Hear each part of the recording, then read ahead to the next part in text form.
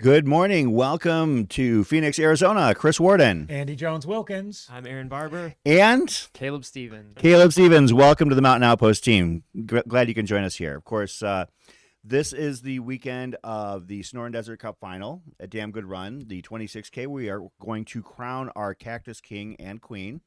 First of all, I want to start by introducing you, Kaleb. You're going to be joining our Mountain Outpost team on commentary this weekend.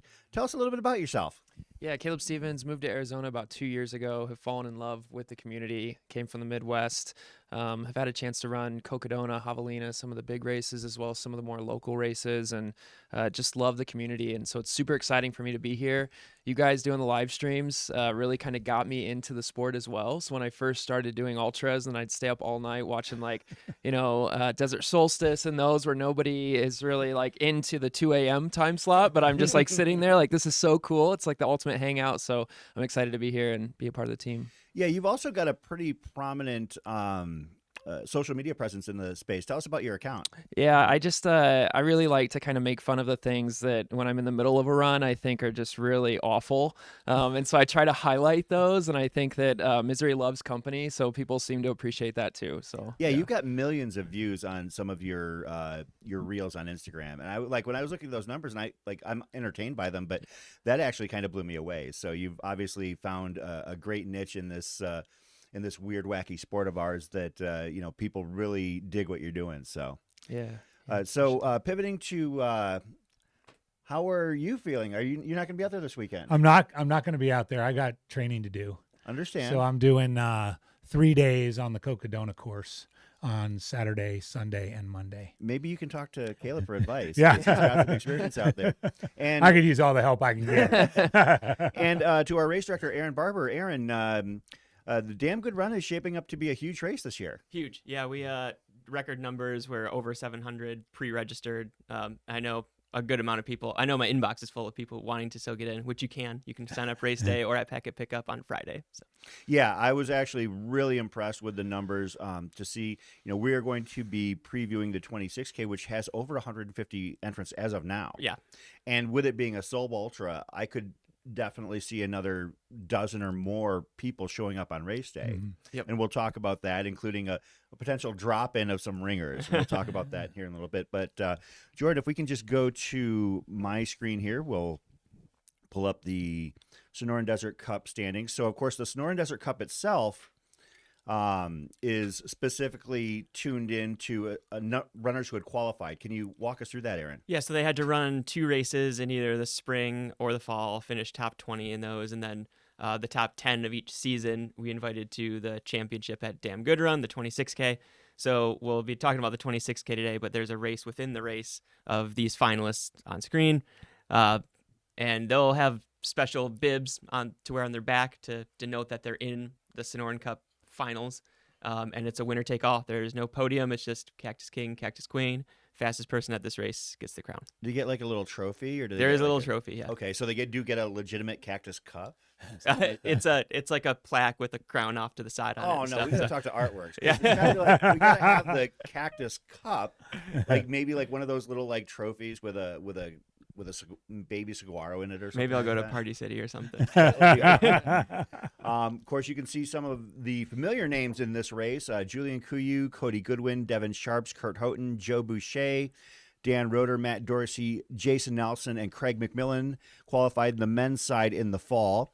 Megan Kupris, Brittany Lump, Lori Stillwell, Diana Sigrist, Jackie Jacoby, Teresa Maraski, Lindsay Yazzie, and Holly Boyd on the women's side. For the spring standings, Michael Rabani, Nathaniel Chan, Bradley Zartman, and Jason Nelson. And on the women's side, Nicole Hansen, Tiffany Stroud, Krista Wamsley, Megan O'Connor, Charlotte Lees, and Lindsay Mastery. I didn't mention some of those that had qualified already in the fall series. That was good for you to remember those. Didn't say the names twice. I'm impressed, Chris. I was kind of like nervous as I was going through it, but you don't get any bonus points for double qualifying. That's true. Right. That's true. But let's get right to the meat of the matter here, and this is the Damn Good Run 26K course. Aaron, can you talk us through this? Yeah, you're going to start out right away, hit a mile or so of single track before you hit the dam. It's really smooth single track. You can rip this section. The dam is unique. We're the only event that gets to go across it. It is pancake flat and cement. Yes, until you cross the dam. it seems like it goes on for a while. You can see the whole way. Then you're on road for this section before you kind of double back on trail right here. This is really smooth Very on this flat. descent. And then it kind of starts lumpy. There's actually this little tiny hill coming up is huge. Like that's really steep right there. Then it kind of rolls. You go through the riparian area, which is this green down here, and there's some footbridges. And then from there, we start to get your easy jog is over because now it starts to get lumpy. The trail's pretty wide, but you're gently climbing right now. There's a critical turn up here where the 13K would just finish, but the 26K has to do this out and back. And this is like a different race where the trails are a little bit more rocky, and it's not quite as flat and fast. So the first half is more smooth, and this is pretty lumpy.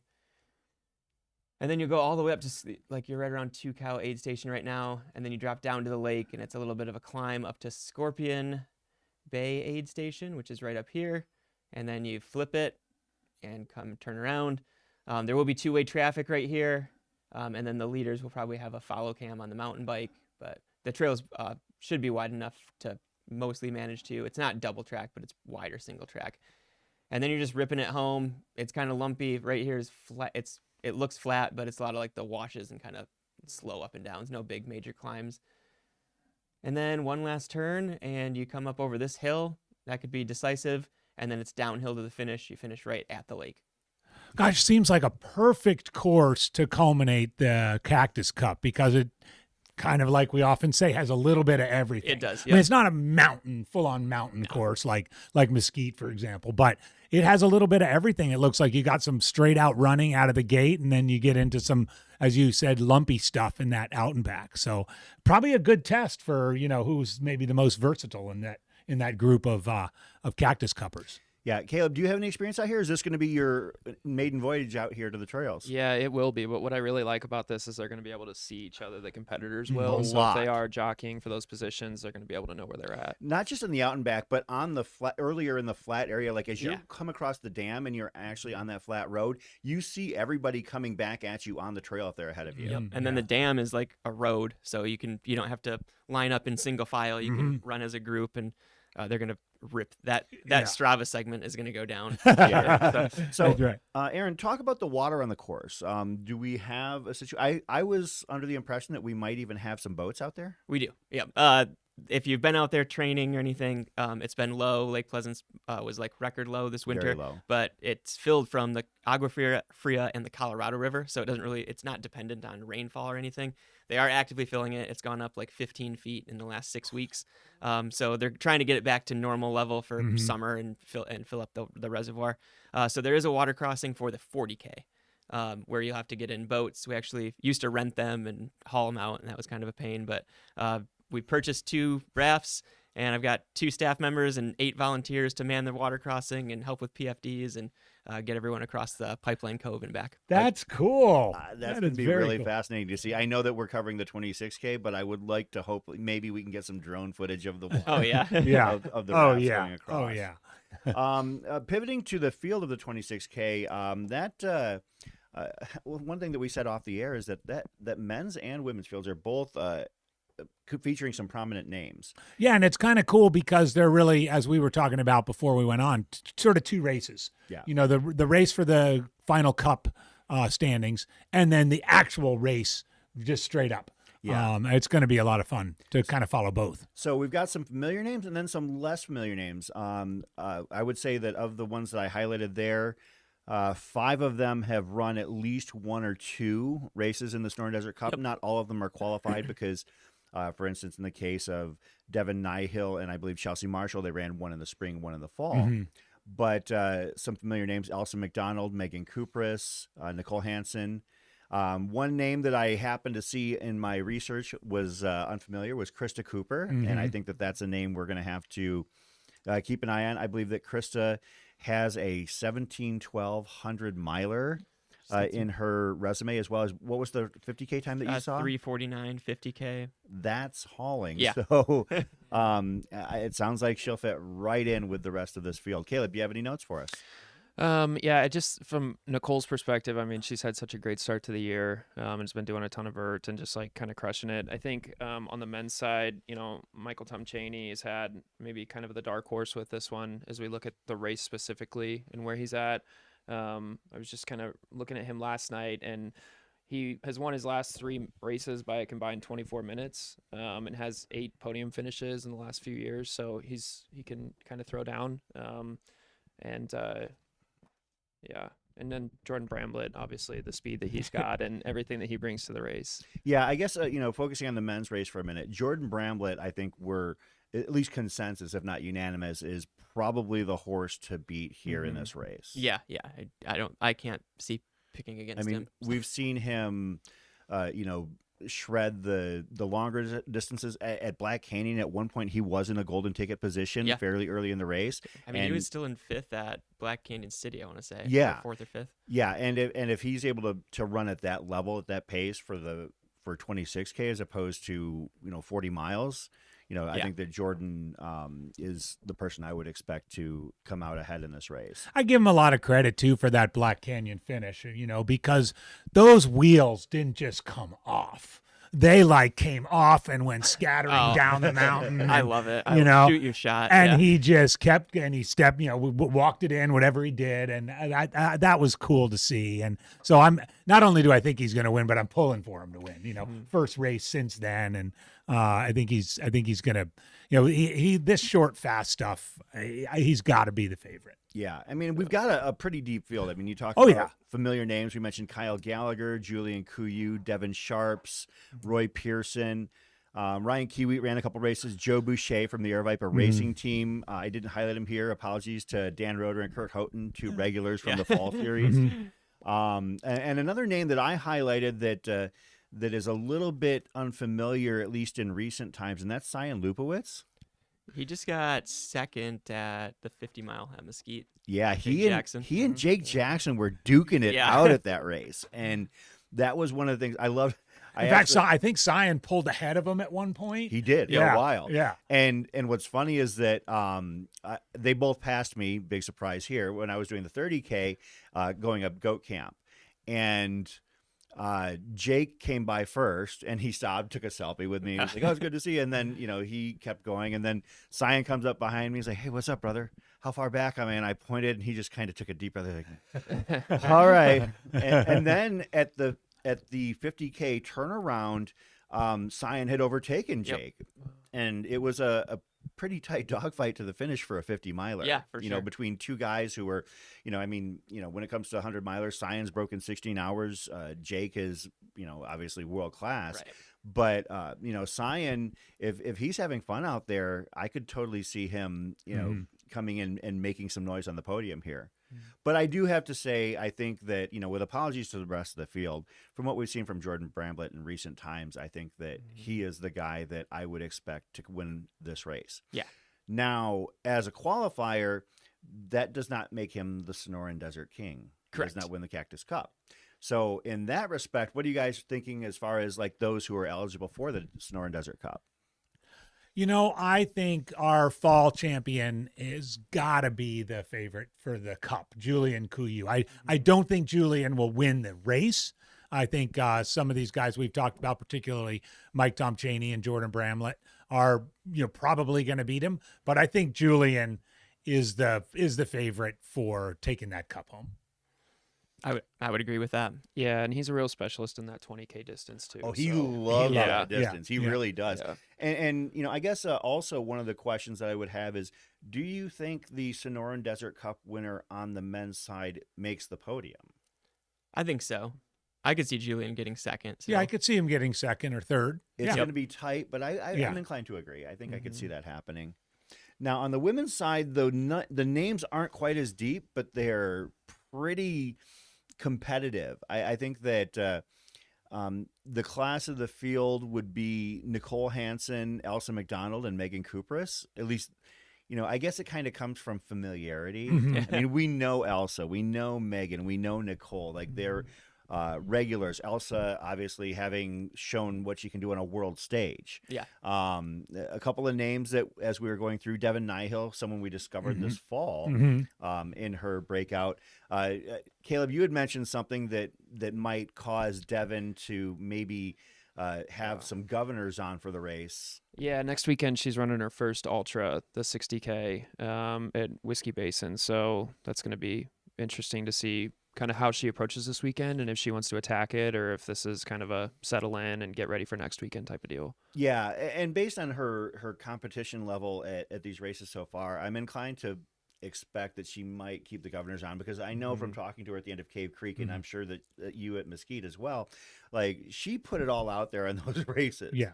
And you know, it's hard to do. She was able to keep Nicole in sight on those switchbacks coming down toward the end of Mesquite, and I think she was giving it a go. And she also was cautiously sort of, thinking about running her first ultra. Yeah. And not, wanting to be smart about that. Yeah, especially on those switchbacks at Mesquite where, if you take them a little bit too aggressively, you might end up in a fence. Yeah. So another couple of names that we highlighted, and we're just going to shout out to the folks at Ultra Sign Up. We're just going to pull their profiles. Chelsea Marshall. This is somebody I hadn't really taken into account, but if you look at these results, there's not many of them, but the win at the Pass Mountain 25K, second place at Elephant Mountain to Jessica Brazeau, professional runner, and first place at the Mesquite Canyon Half Marathon. We might have somebody sneak up on us here. So I'm glad that I did a little bit of digging here, but yeah, Chelsea Marshall. Do any of you know anything about Chelsea? I mean, you race directed, yes. Right here. That wasn't when I was around. Oh, there's your 2018, 2020, 23. Oh, I didn't realize that. She races very sporadically. So this is somebody recovered. Yeah. Right. So this is somebody who probably, like, if we were to go and check their road resume, is probably dropping like 130 halves, 125 halves, and maybe 330, 325 marathons. But okay, so Chelsea Marshall is another name that we'll be keeping an eye out for, and the other name that I wanted to look at was Krista Cooper. Yeah, Christina Cooper. I wanted to look at this too because all of her runs are pretty much back east. Most of them in South Carolina. Did the 50K at Marine Corps. Look at that top one right there. I know. 17, 12, 58, and 100 miler. Yeah. And then you go third down. overall. There's 7:34 50 mile. And she ran a 1:32 400 for good measure the same day. That's a nice little that's funny. depletion run right that there. That is funny. A 50 miler and did it again. Apparently that's a thing in Charleston where they do. So she did the 7:34 50 miler and also 1:34 400 the same day as well. She loves those depletion miles. And that by the way, that 50K at Marine Corps was a three, as Aaron was mentioning, was a 3:49 50K. Yeah, that's super impressive. Yeah. So that's another name that we're going to have to keep close eyes on. And it looks like maybe she is trying to get some familiarity before a big race for herself later this year. Yeah, look at that. Like She's in Javelina So 100K. if she has a solid showing out on the trails at Damn Good Run, I mean, let's be honest. That surface is far more technical than Javelina. Yeah. So, like, if you can handle Damn Good Run and acquit yourself well, I think that there's absolutely a potential that we're going to have to be scribbling and cribbing some notes on Christina Cooper for the race. But when it comes to the overall field on the women's side, what are your folks' thoughts? I've got to go with Nicole Hansen. And in contrast to the Jordan and Julian, I think she takes the cup also.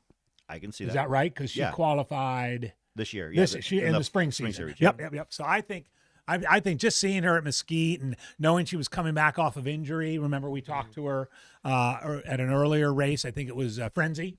I think, but Devin was not that far behind, so it's not going to be a automatic. I would love to say something else, but I'm also gonna go with Nicole. She loves the pressure, so go get him, Nicole.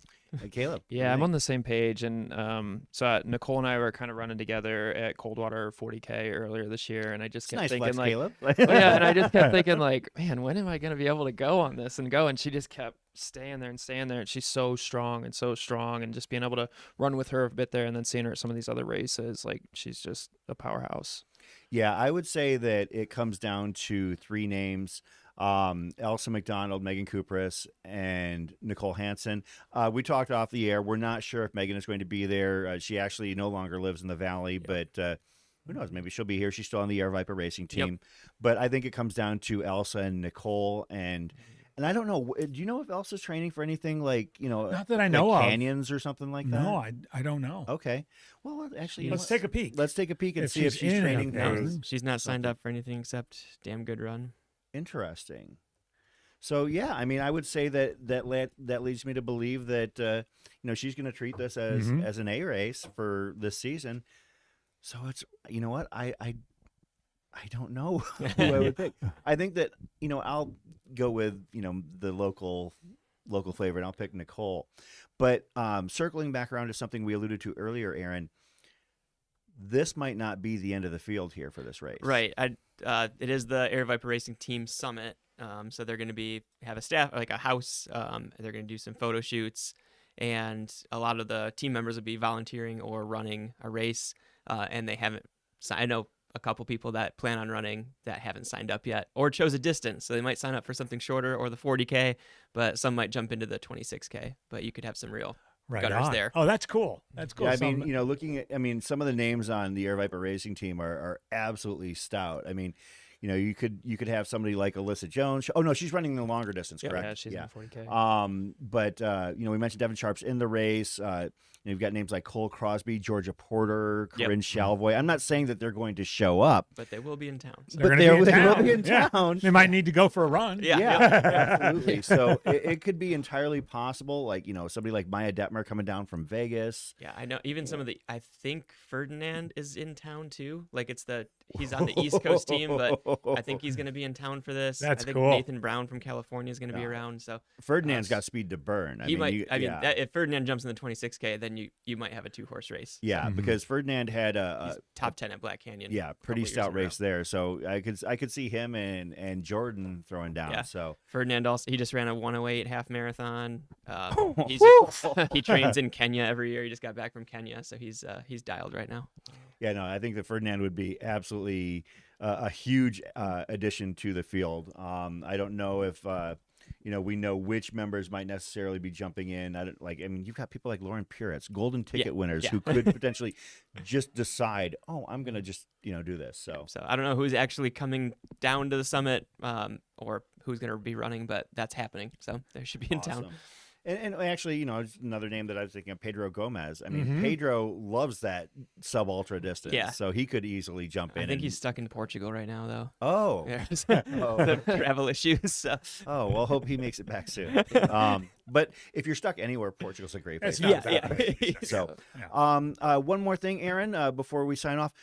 If runners are interested in joining in, do we have race day registration? Yep, absolutely. We're a lot of leftover bibs, a lot of capacity at the park, and I'll go into more details on the race brief, but they can sign in or sign up on Packet Pickup Day, which is here at Aravaipa headquarters on Friday. It is a Sunday race, just to remind everyone. Yeah, remind everybody. Don't show up on Saturday. Exactly, and then Sunday morning, starting at 5 or 5:15, we'll have a registration tent open. All forms of payment. We've got our Square reader out there. So. Nice. And, of course, we will be live streaming that race. Of course, Kaleb and I will be on the call for that. So hopefully, you ready? I'm ready. I'm so excited, man. Awesome. You should. I think you're gonna do great, and that's one of the reasons why I think that you're gonna be a great addition to the team. And also, we got to get you some reps for Cocodona because it's all hands on deck for that one. And live streaming, running it again. live streaming these cup races has been really fun. Setting up the studio right there at the finish line, kind of being all part of the whole buzz around the race. It's awesome. And it's been different practice for us. We're usually like mired in stories, 30 hours, 60 hours deep. Meanwhile, we have to hit our marks and we have to pay close attention to what's going on to make sure we don't miss, giving somebody their props or maybe a big pass because there's so much of that activity on this.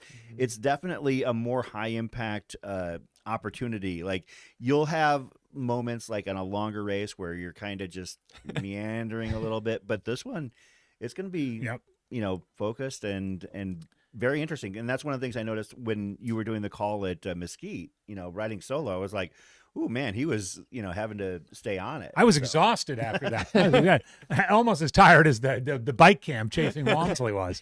That or was Jamil chasing those guys down Ford Canyon. Yeah, Jamil and Bryce both had themselves a day. So, but we hope you join us here either remotely or in person coming up this Sunday at Damn Good Run, Lake Pleasant Regional Park. We will see you then. This is Mountain Outpost and Aravaipa Running. See you, everybody. Cheers.